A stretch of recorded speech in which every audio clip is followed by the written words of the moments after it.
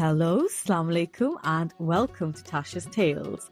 So, on today's episode, I have got a very young guest who requested to be on. So, I think we have to listen to our young people's voices, respect them, and encourage them to do the things that they want to do. So, on today's episode, I have my little baby cousin, Momna. Momna, do you want to say hi? Wa alaikum assalam. Hope everyone is okay. Yeah. Whoever is listening to this, and I think people who are in the youth should have a voice like I do. Yeah. So this is why I wanted to do the podcast. Hey, that's my girl. So my baby cousin, Momna, is 13, right? So she's like over 20 years younger than me. When Momna's mum was expecting her, I'll always remember that I drove her home. She was having pains or whatever, and I drove her home and we packed Momna's baby bag and Momna was born. And also did you know that I was one of the first ones to give you a bath? Yeah. Me and my mum. Yeah, you came knocking at the door and you're like, I'll do the bath for her. Yeah. So I was the first person to bath her. Yeah. Look at you now. Yeah.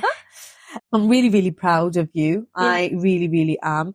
Momna, you started secondary school last year in September. 2022. Yeah. Yeah. Last year. Yeah. Or the year before, whatever it was. But you're in year 8. Yeah. And since being in school, you've gone from strength to strength and you have done lots of different things at school, haven't you? Do you want to tell us about the most recent thing that you went to, the Hatch place? Tell me a little bit about that. Yeah, so there was a big meeting with many of the schools in the Northeast. It was called a Hope Hatch by the Hope Collective. And we discussed about the problems in the youth, like crimes, mental health, poverty, and inequality. So we were in groups and we were discussing about everything, like what the problems are in the youth. And it was the first in the Northeast. Yeah. So I was very proud to be part of it. And the hosts were just amazing. So what kind of things did they talk about when it came to poverty or mental health? Do you remember what kind of things they mentioned? We were talking about how they can reach out. In the poverty, we were talking about maybe how we can have youth clubs to help with mental health and poverty. So make sure they're free and make sure they're known about a bit more. Okay. And you spoke in front of how many people? I think it was about 100 people. That's amazing. I don't think I've ever in my life spoken in front of 100 people. Do you want to share a little bit about what you said? Yeah, so in my speech, I said, we need to make sure us young people do have a voice. We have voices and we need to use them more. We young people need to be heard because our voices can be the small steps of one big successful change. Hey, that's amazing. That's really, really good. So was a dinner included? Yeah. Was there? What did you eat? So we started with croissants, pain au chocolat, and I had a cup of tea because I love my tea. Yeah, you do love your tea, then don't you? I went back for the refreshment break. I had a coffee. Then I had a biscuit. You had a coffee? Yeah. Oh my Love goodness. me coffee. Well, I don't like coffee as much. Then I had some biscuits, muffins. There was well, Kadasi. Yeah. That means you ate well. Yeah, margarita pizza, all that nice stuff. Yeah, it was a beautiful event. So how many people went from school? There was only 8 people from school, and that's like including year 8 to year 11. So you were handpicked, one of like the 8 from people? The pastoral leader. So that was especially big for me because she approached us and said, Momna, I know like you're confident in that stuff and I know you're like the right pick for it. So I've picked you, and I was really proud of myself when she said that because that's like showing me that my work is being done properly and should continue doing this. You should. You should. And I think it's really, really fantastic that at your age you are really confident and you speak your mind and you're not afraid, you're not conscious, and I think that's really, really wonderful. You're also a school counsellor. Yeah. Tell me a little bit more about that because I'm not 100% sure what that's all about. So I'm a student council member of my form. every term we have a meeting. So in that meeting, before the meeting, in my form, I get a piece of paper, write everything, even if it's the silliest idea. Like my teacher said they should wear slippers. I even wrote that down. I even Right. said that in my meetings. Yeah. Because I want everyone to be heard. Yeah. My campaign is for everyone to be heard. Not like only 1-2 people be heard. Because what's the point of that? Yeah. We all need to be heard. The youth needs to be heard. Yeah. Especially the youth, because we're the next generation. Like, we're going to bring the next generation. Yeah. So forth. Yeah. We need to show our compassion. We need to show that we care. We need to make this world a better place for, let's say, my niece and nephews. Yeah. So I do care about that. Yeah. And I need to make sure that is correct. Yeah. And I think it's good that you're already from such a young age wanting to advocate for everyone, you Yeah. know, from not just the younger generation, but your generation. I think Yeah. that's fantastic. What is there anything else that you do as your school counsellor role? See if we need to do any charity events. As we said, the Hope Patch, Yeah. especially because I was student council, the student councillors got picked, and that was like a big achievement as well, like the student council, because I had to stand it up from 5 competitors at the start of the year, and I made a PowerPoint, Yeah. and the other people made like speeches. On my PowerPoint, I had like stuff about how you should pick me. So I think that's made me a bit more mindful of what to say. Maybe in life after like my school, I know what to say, like let's say for a CV or interview. Yeah, it's really, really good way to kind of look at your strengths, isn't it? Build my knowledge. Yeah, build your knowledge and build on your strength. And also your communication skills, because it's all a part of it. And Yeah. I think when I was 13, I was definitely nowhere near as eloquent and as articulate as you, or confident actually, Yeah. or had the knowledge. So it's really, really nice for me to see you do so well already. And I can't wait to see you and watch you go from strength to strength and, you know, be an amazing human being and someone who is going to serve the society. And yeah, I can't wait for it, Mum, now. Especially in primary, I used to not have as much confidence because I did get bullied for my speech and my race and my religion, because we are from like a white community, so there's not that much variety of people. So I think I've definitely grew out of my shell and became like something great. Yeah, you have. And I'm so pleased that you own that.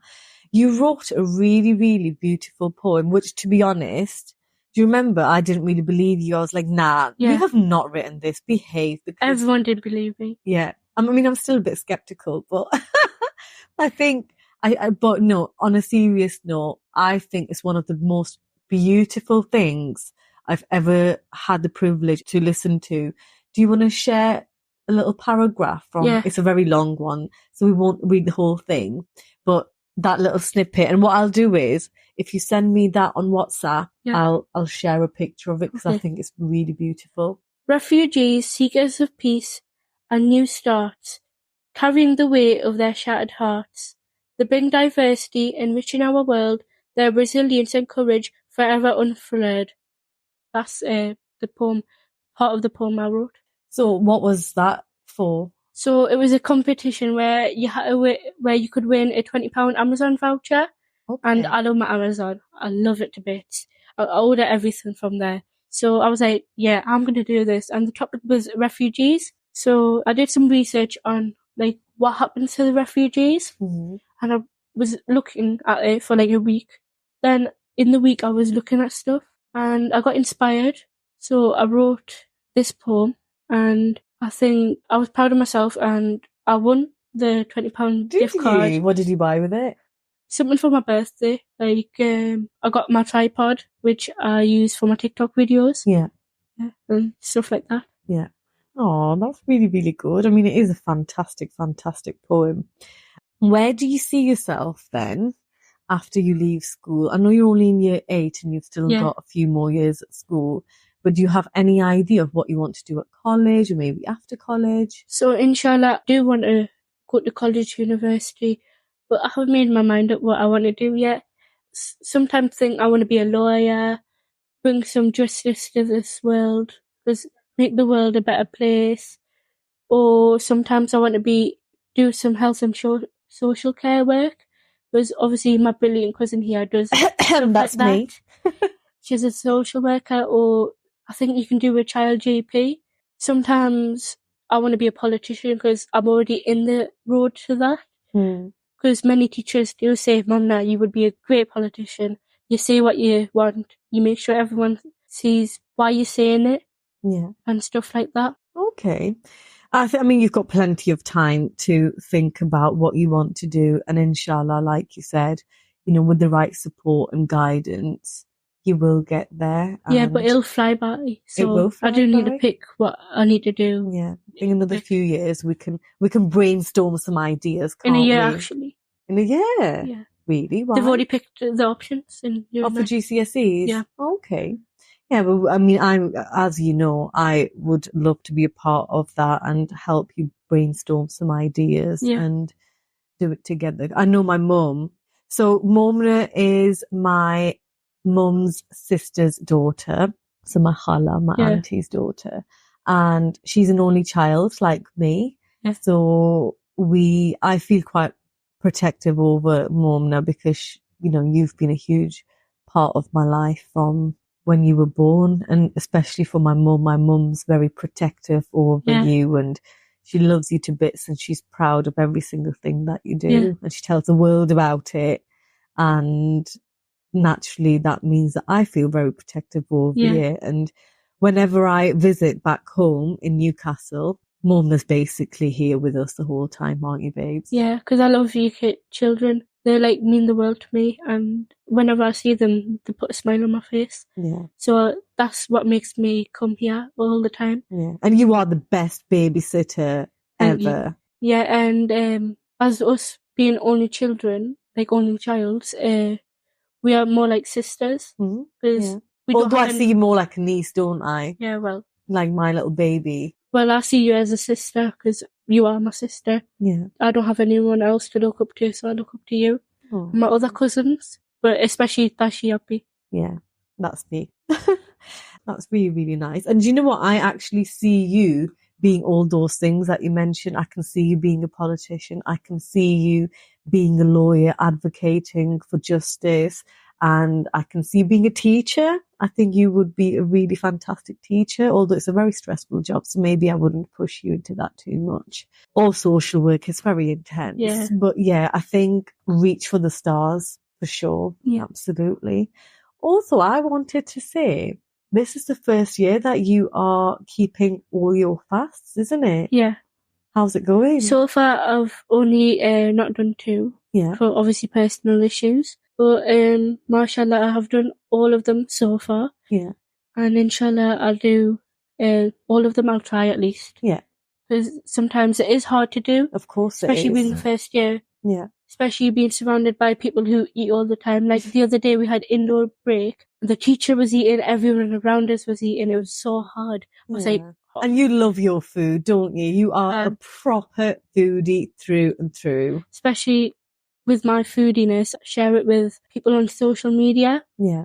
So yeah, big foodie me. Yeah, that's really hard. So are there any other Muslims in your school year, apart from you? There's one in my year, and she is Pakistani as well, but she is not that knowledgeable as I would be. So we don't really talk about Pakistan and that stuff. Yeah.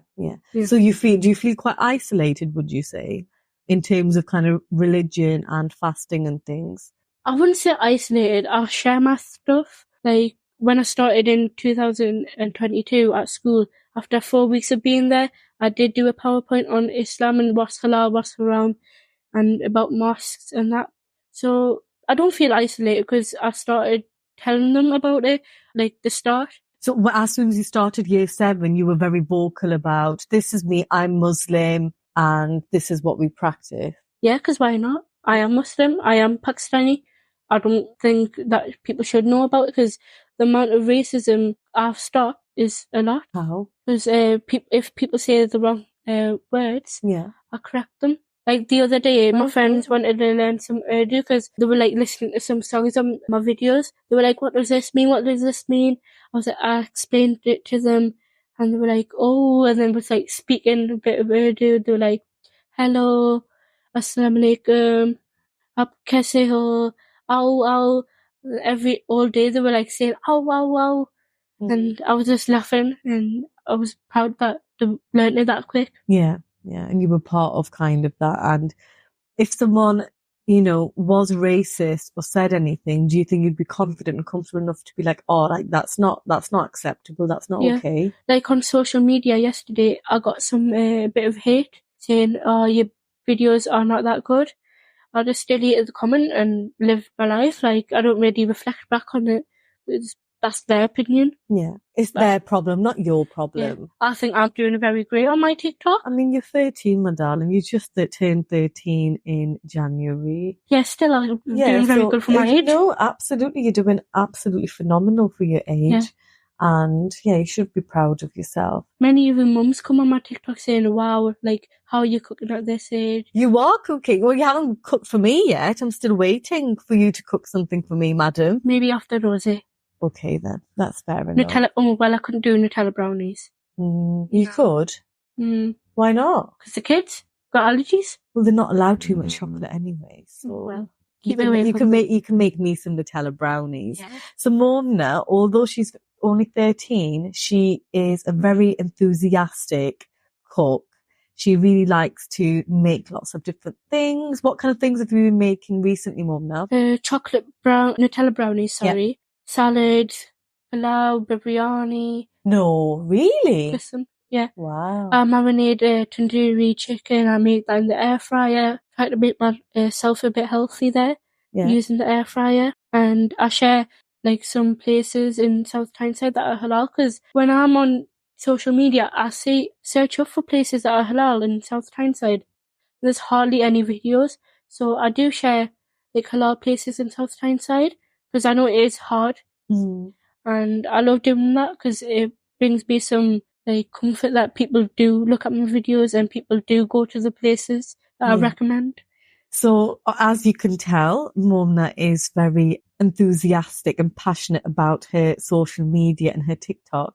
So she has been keen and to get me set up on TikTok. So she's helped me create an account on TikTok, which she's going to be, what are you going to be like managing it, aren't you, for me? I'm going to be your little manager. My little PR girl. So I will share the link for my TikTok. But most importantly, because we're not here for my TikTok, we're here for Momna's TikTok and Momna's Instagram. What is your social media handle? So on my TikTok, I'm at Baking with Momna. That's Momna with MOMNA. And you can also follow the link on Instagram on my TikTok. Yeah. Or you could put at Baking with Momna on Instagram and I'll come up. Yay. And I will post that on my description so people can follow you and I will share it as well. And your new TikTok is tashas.tales.podcast. Oh, is that what it is? Yeah. I mean, I'll share the link with that as well. But I can't do TikTok. Mine goes with the flow. Yours goes with the flow. Baking with Momna. Yeah, mine's a bit complicated, isn't it? But I can't do TikTok. It's too fast for me. It's too, I don't know, it's too confusing for me. So she's going to take the lead on that. So anything that you see on my Tasha's Tales of Podcast TikTok, it's not me, it's Momna. She's going absolutely rogue with it. Is there anything else you would like to say? Because we've gone through kind of a few things that I had in mind. Is there anything that you would like to chat about? I don't know, not really. No. Are you happy? Have you enjoyed your podcast experience with me? Yeah. Was it what you expected? Yeah, I felt a bit nervous at the start, but I went, like, I flowed through it, and yeah, now I'm fine with it. You've done really, really well, and I could not tell you were nervous. Like I said, I am very, very proud. Yeah, like the other day on the Hope Patch, I could feel my heart like beat, beat, beat, beat, and then as soon as I said a few words, I was fine. I was used to it because obviously with my student council and my PowerPoints for school, I get used to it. You've So grown in confidence, haven't you? yeah, on the Facebook page, I've been on it like twice in a fortnight. Oh, wow. It's like your school's Facebook Yeah. page. Because I've started this thing called my school's name, Stories. Yeah. So first off, I did a bit about me. So I've got courses in that. I've got a house in Pakistan. My grandma's in Pakistan. And I like cooking on my Baking with Mumna account. Then also I did a Ramadan one. Oh, wow. So I shared some information on that. So you're very active at school then, aren't you? You're very well known in school, I'd imagine. Many years above us, they say, oh, there's the Facebook girl, there's the Facebook girl. I was like, hi, that's me. So, in school now, in your secondary school, have you ever experienced any kind of nastiness, any negative experiences with bullying or anything like that? Yeah, in year 7, there were these, I think 2 or 3 boys from, at that time, year 8, so now year 9. They kept coming near us and keep touching my hair. Yeah. Which I don't like. And I told on them. Yeah. And that has got sorted. But every time, sometimes they walk past us, they do laugh at us. Like, they go, ah, but so I don't really care about them. Yeah. Now. Yeah. Good for you. Always stick up for yourself because you're wonderful. And thank you for coming on the podcast, Mona. You're welcome. It was very nice to have you on and get back to babysitting now, yeah? Hopefully everyone does follow our accounts. Yeah. And they do get inspired to maybe do their own podcast one day or maybe their own TikTok page, because TikTok does sometimes, it is bad, but sometimes it is good. Like, I do good videos, but some people you see on your For You page, they do some like bad stuff. So ignore them stuff, focus on the good stuff. That's it. Focus on the good stuff. Words of wisdom from my 13-year-old baby cousin. And make sure the youth is heard. Yeah. Because we are the generation of this world, let's say now. Yeah. Just remember that. And thank you for listening. Thank you very much. And come on, back to tasks, Mona. Ria's downstairs waiting. Off I pop. Bye. Bye.